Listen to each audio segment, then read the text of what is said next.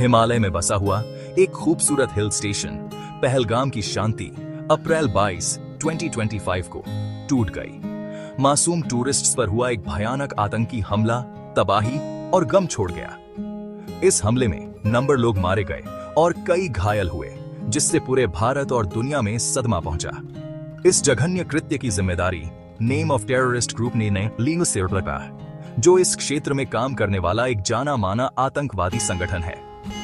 यह ग्रुप, जिसके any relevant foreign entities को सारी संगठित संबंध हैं, state the groups stated goals motives, चाहता था।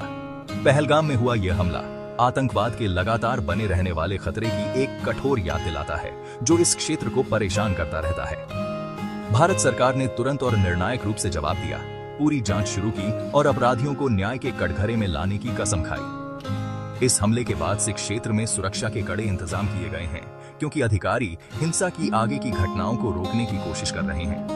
पहलगाम आतंकी हमला नफरत और असहिष्णुता की मानवीय कीमत की एक दुखद याद दिलाता है। अंतर्राष्ट्रीय समुदाय ने इस हमले की निंदा की, पीड़ित परिवारों के प्रति संवेदना व्यक्त की और आतंकवाद के खिलाफ लड़ाई में भारत के साथ एकजुटता दिखाई। यह त्रासदी आतंकवाद से निपटने और एक सुरक्षित दुनिया बनाने के लिए वैश्विक सहयोग की आवश्यकता को रेखांकित करती है। दो किनारे का साथी। पहलगाम हमले के संदर्भ को समझने के लिए जम्मू और कश्मीर के इतिहास को जानना बहुत जरूरी है। यह क्षेत्र लुभावनी सुंदरता और स्वायत्तता के लिए एक लंबे संघर्ष से चिह्नित है। 1947 में ब्रिटिश भारत के विभाजन के बाद से यह क्षेत्र भारत और पाकिस्तान के बीच एक विवाद का विषय रहा है। इसके बाद के दशकों में गहन संघर्ष और सापेक्ष शांति के दौर देखे गए, जिसमें भारत और पाकिस्तान दोनों ने पूरे क्षेत्र पर संप्रभुता का दावा किया। इस जटिल भू राजनीतिक स्थिति ने उग्रवाद और अलगाववादी आंदोलनों के उदय के लिए अनुकूल पृष्ठभूमि प्रदान की है। अक्सर बाहरी समर्थन वाले सशस्त्र समूहों की उपस्थिति ने अस्थिरता और हिंसा को और बढ़ावा दिया है। पहलगाम हमला उन गहरे तनावों की एक भयानक याद दिलाता है, जो इस क्षेत्र में लगातार बने हुए हैं। यह जम्मू कश्मीर के सामाजिक ताने बाने को बाधित करने की कोशिश करने वालों से लगातार खतरों के बीच शांति और सुरक्षा बनाए रखने में भारत सरकार के सामने आने वाली चुनौतियों पर प्रकाश डालता है। यह हमला एक स्थायी राजनीतिक समाधान की आवश्यकता को भी रेखांकित करता है, जो इस क्षेत्र में शांति और स्थिरता सुनिश्चित करते हुए कश्मीरी लोगों की आकांक्षाओं को संबोधित करता है। अप्रैल 22, 2025 की भयानक सुबह पर्यटकों का एक समूह पहलगाम की प्राकृतिक सुंदरता का पता लगाने के लिए निकला, इस बात से अनजान कि उनका क्या इंतजार है। जैसे ही उन्होंने शहर के रास्ते अपना रास्ता बनाया, उनकी यात्रा बंदूक की गोलीबारी और विस्फोटों से दुखद रूप से छोटी कट गई। यह हमला, जो स्थानीय समयानुसार लगभग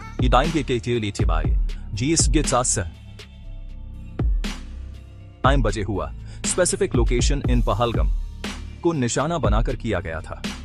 प्रत्यक्षदर्शियों ने अफरा तफरी और दहशत के दृश्यों का वर्णन किया, जब गोलियों की आवाज हवा में गूंज उठी, जिससे लोकप्रिय पर्यटन स्थल की शांति भंग हो गई।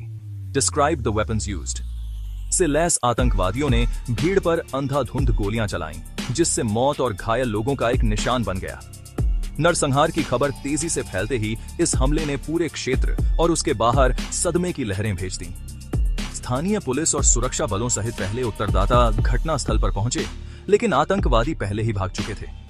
घायलों को नजदीकी अस्पतालों में ले जाया गया, जबकि सुरक्षा बलों ने अपराधियों की गिरफ्तारी के लिए व्यापक तलाशी अभियान शुरू किया। पहलगाम आतंकी हमले ने कई परिवारों के दिलों पर एक गहरा घाव छोड़ दिया, जिन्होंने इस बेहुदा हिंसा में अपने प्रियजनों को खो दिया। भारत और दुनिया के विभिन्न हिस्सों से आए पीड़ित पहलगाम अपनी प्राकृतिक सुंदरता का अनुभव करने और शहर की भागम भाग से बचने के लिए आए थे। पीड़ितों में प्रोवाइड ब्रीफ डिस्क्रिप्शंस और stories of some victims if available शामिल थे। सपनों, आकांक्षाओं और अपने परिवारों के प्यार से भरे उनके जीवन नफरत के इस कृत्य से दुखद रूप से छोटे कट गए। यह हमला आतंकवाद की मानवीय कीमत और ऐसी हिंसा की अंधाधुंध प्रकृति की एक गंभीर याद दिलाता है। ये व्यक्ति किसी भी संघर्ष में निशाना नहीं थे। वे निर्दोष नागरिक थे, जो डर और विभाजन पर पनपने वाली विचारधारा की चपेट में आ गए थे। उनके जाने से उनके परिवारों और समुदायों के जीवन में एक खालीपन आ गया है, जो उनके अचानक चले जाने के दर्द और दुहक से जूझ रहे हैं। अपने प्रियजनों की यादें हमेशा उन लोगों के दिलों में अंकित रहेंगी जो उन्हें जानते थे, त्रासदी के सामने प्यार की स्थायी शक्ति का प्रमाण। सेक्शन 5, अपराधी और उनके मकसद। हमले के कुछ ही घंटों के भीतर नेम ऑफ टेररिस्ट ग्रुप ने सडेगी के डी की नुस्खा संबंधित शिशु ने जिम्मेदारी ली, एक भयावह बयान जारी किया जिसमें उन्होंने अपने कार्यों को सही ठहराने की कोशिश की। समूह जो अपने डिस्क्राइब देयर आइडियोलॉजी और पास्ट एक्शंस जिनका लिस्ट जाना जाता है, ने दावा किया कि हमला स्टेट देयर अलेज्ड ग्रीवेंसेस का बदला लेने के लिए किया गया था। हालांकि निर्दोष नागरिकों की हत्या को तर्कसंगत बनाने के उनके प्रयासों को व्यापक निंदा का सामना करना पड़ा। अंतरराष्ट्रीय समुदाय, जिसमें वे देश भी शामिल हैं जिन्होंने अक्सर कश्मीर मुद्दे पर अलग अलग विचार रखे हैं, ने सर्वसम्मति से हमले को आतंकवाद का एक कायरतापूर्ण कृत्य बताया है। नेम ऑफ टेररिस्ट ग्रुप के के मकसद राजनीतिक और वैचारिक शिकायतों के एक जटिल जाल में निहित हो सकते हैं, लेकिन उनके कार्य मानव जीवन के प्रति खतरनाक अवहेलना को उजागर करते हैं। हिंसा का सहारा लेने से न केवल निर्दोष लोगों की जान गई, बल्कि इस क्षेत्र में तनाव और बढ़ गया। इस हमले ने आतंकवाद का मुकाबला करने में सरकारों और सुरक्षा एजेंसियों के सामने आने वाली चुनौतियों को रेखांकित किया, खासकर ऐसे क्षेत्र में जहां उग्रवाद की जड़ें गहरी हैं। इसने एक बहुआयामी दृष्टिकोण की आवश्यकता पर भी प्रकाश डाला, जो उन अंतर्निहित कारकों को संबोधित करता है जो कट्टरपंथ और हिंसा में योगदान करते हैं।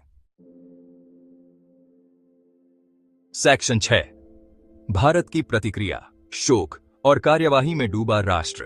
पहलगाम आतंकी हमले ने पूरे भारत में सदमे की लहरें भेज दीं, जिससे सरकार की ओर से तेज और दृढ़ प्रतिक्रिया हुई। प्रधानमंत्री name of the prime minister ने कोर्सिए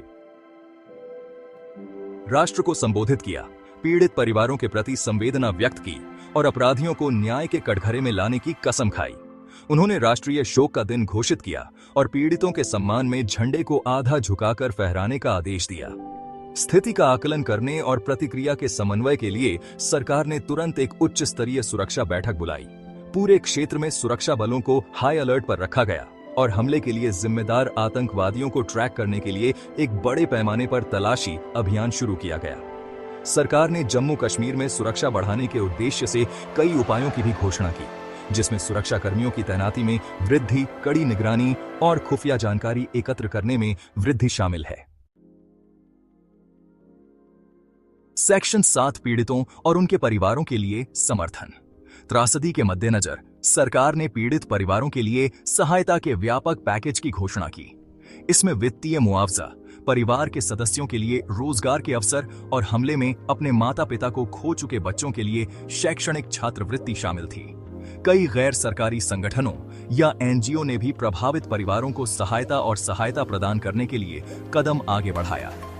इन संगठनों ने आघात और नुकसान से निपटने में मदद करने के लिए परामर्श सेवाएं, कानूनी सहायता और अन्य प्रकार की सहायता प्रदान की। सरकार, नागरिक समाज संगठनों और आम जनता की ओर से समर्थन की अभिव्यक्ति ने दुखी परिवारों को कुछ सांत्वना प्रदान की। सामूहिक प्रतिक्रिया ने एकजुटता और करुणा की भावना को उजागर किया, जो अक्सर प्रतिकूल परिस्थितियों में उभरती है। सेक्शन 8, दुनिया की प्रतिक्रिया, निंदा और न्याय की गुहार।